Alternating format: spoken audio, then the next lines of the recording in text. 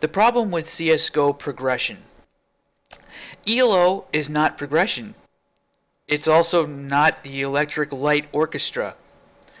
Over the years, CSGO has adopted many design ideas from other games like COD and TF2.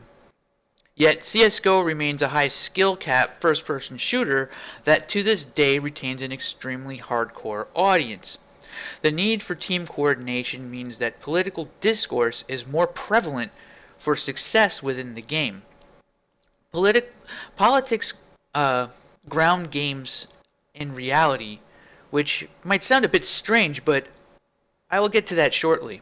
One of the main things with having an ELO rating system that I have observed is that over the years, players have been conditioned to treat everything as though it is a form of a Skinner box design. So by that, they literally view the ELO rating as a correlation to experience points and levels, when in reality, it was put in place to prevent new players from being destroyed by core players instantly. It's a means to guarantee that you have a quality experience while playing the game. But humans are political creatures and thus place greater value on the opinions of those with more bling. Thus, people will fight with the system meant to help them enjoy the game to create the illusion of value, the illusion of value or prestige. And I can't help but remember that one scene in The Matrix where Agent Smith talks about how the first world they created failed because it was a happy place. You're looking at it. And on the flip side, it creates an incentive for actually skilled players to downrank themselves so that they can stomp players of lesser skill. The entire thing is a giant shit sandwich, and the entire community is all out of Pop-Tarts and Hot Pockets. They will eventually have to take a bite. Each one of us. The problem with Quake progression. For the longest point in time, I have viewed Quake progression as unbridled ass rape online, the never-ending cry for help, as your dreams are dashed instantly with perpetual 60% railgun accuracy because people have ruined video games. You might one day dream of learning to become a good player, but you can't because the only people left playing the game have all collectively spawn-killed you. In hindsight, one may have complaints about CSGO and COD style balance, but once you feel the burn of defeat to such an insane respect, you may not think that those games are as bad as it can get. You would quickly realize that CSGO and COD are forms of progress in game development. Maybe not the ultimate form of game development, more like the, hey, I'm my Geodude learn Harden kind of progress. Someday we may have a new game that solves all of these problems. Who knows? Maybe. Typical complaints about games that require skill form around the idea that it's not fun to lose, that ELO ranking is absolutely necessary or players will quit. New players never stand a chance and just give up. The community is extremely toxic. That's pretty common. Come on, the game isn't that hard to learn. Here, watch 8 hours of videos so you can get started. Nobody wants to play because they feel like they can't be good enough. Another common thread is that balance is always a serious issue. The more competitive a game, the more balance matters, and thus balance is often a hot topic. If nobody complains about balance, then it might mean very few people actually care. Thus, the game's balance is not important. A side note, without personal skill, a game will never be able to attain lasting esport level competition. And another really common thread is that solo queuing is not fun. You'll hear this one a lot in games that are more based on skill and coordination with teams. Now, on the topic of solo queuing not being fun dives into my final point of discussion. Team-based competitive game, either through PvE or PvP, will experience overlap on politics. Politics is a thoroughly complex topic because people are fairly complex creatures. The more challenging the game is, the greater a need for coordinated and skilled people to remain successful, thus politics rears its head. Politics in gaming. Games based on politics can almost have no actual game mechanics beyond a dependency on other players. In other words, they can be mechanically simple yet hold as much depth as the minds of the people playing with you. These kinds of games can cause insane amounts of strife between people in real life.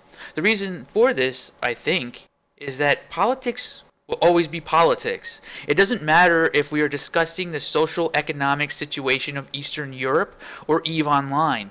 For some absolutely fascinating reason, I have observed that human beings are almost incapable of discerning politics in video games from politics in real life. Once a game becomes political, it ultimately grounds itself in reality. If you are having weekly meetings to discuss your guild, welcome to real life, the video game. When a game becomes political, you will find yourself depend on other players to get anything done.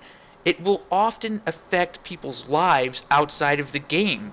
Whether you are on a progressive raiding guild or putting together expense reports for a corporation in EVE Online, the line between reality and game become blurred in various ways. Items in the game will become worth real-world money, people will attack each other, and shady bullshit is entirely possible just as it is in real life. There are countless examples where real-life friendships and employment have been affected by in-game politics. Another side effect of this is that players are often they feel a need to continue playing the game because that's where their friends are. That's another side effect as well. My point is that games having varying degrees of politics, whether it be dependency to be in a group or to fight monsters, a need to have a solid team to win games and practicing on weekends, or spending 2 years of your actual life as a double agent. Politics grounds games in reality. The more dependent your success is on other players, the more political the game environment becomes, and thus, the more retention we might experience. Games are often advertised as political experiences, but in reality, most are relatively solo-friendly and lack any actual dependency on others to enjoy the game. For example, in World of Warcraft, to become a political game, joining guilds would be a requirement to gain resources to get anything substantially done. It's a completely different style of play. Guilds would have to choose specific people to become their master crafters, and without those people, nobody would be able to obtain the equipment they need to fight harder content. A lot of new MMOs will always say, you could be a blacksmith man, but fail to deliver on this front simply because very few truly political MMOs actually exist. In order for it to hold meaning that you are a master crafter, the game needs for people to be absolutely dependent on you. To my knowledge, there are no developers who are willing to give players that much power over each other. But in reality, having that much power is essential for an extremely political game. Much like with games that have a higher skill ceiling, developers have found ways to streamline the political experience to make it more open to a wider audience. This comes in many forms, from auction houses, Party Finder, Raid Finder. These are tools that allow you to do fairly complex potentially political situations with relative ease, as you would never actually need to speak to another person. You just click a button and they find the people for you, and you don't need to do anything else. In ye old days, having to find people to simply get an experience point party was a slow and tedious process, and the benefit of knowing people who can join you was much more important. And on that same spectrum, having a group of 12 people who are willing to wait in an area for a rare spawning dragon for a chance at an amulet that your character needs required a guild who felt that you getting that item was important to the guild itself.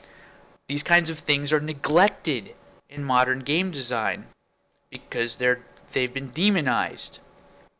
Common complaints that people will have for games that are too political forms around not being able to progress without having friends to play. This can often happen in the form of long queue times, all the way to simply not having the energy to make friends who will play with you. Players experience helplessness and often just give up once they realize they need to find actual people who can help them. So now I have gone over these three extreme examples. Skinner box design is often looked at as the go-to method of growing your player base. You typically don't see games being advertised as political experiences. Imagine a new cool game advertisement being, you can't do anything without other people to help you. It would make you do a double take, I'm pretty sure.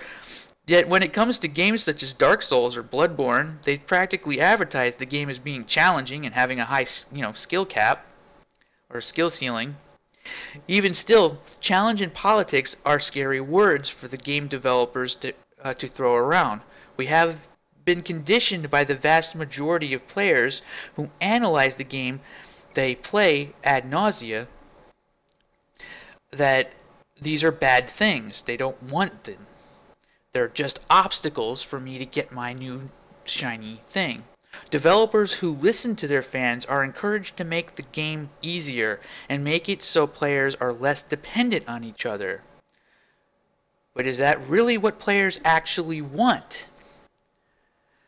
So in the end, with all of this, I think the main point to keep in mind here is that people are different and they all have different ideas of what they want to enjoy.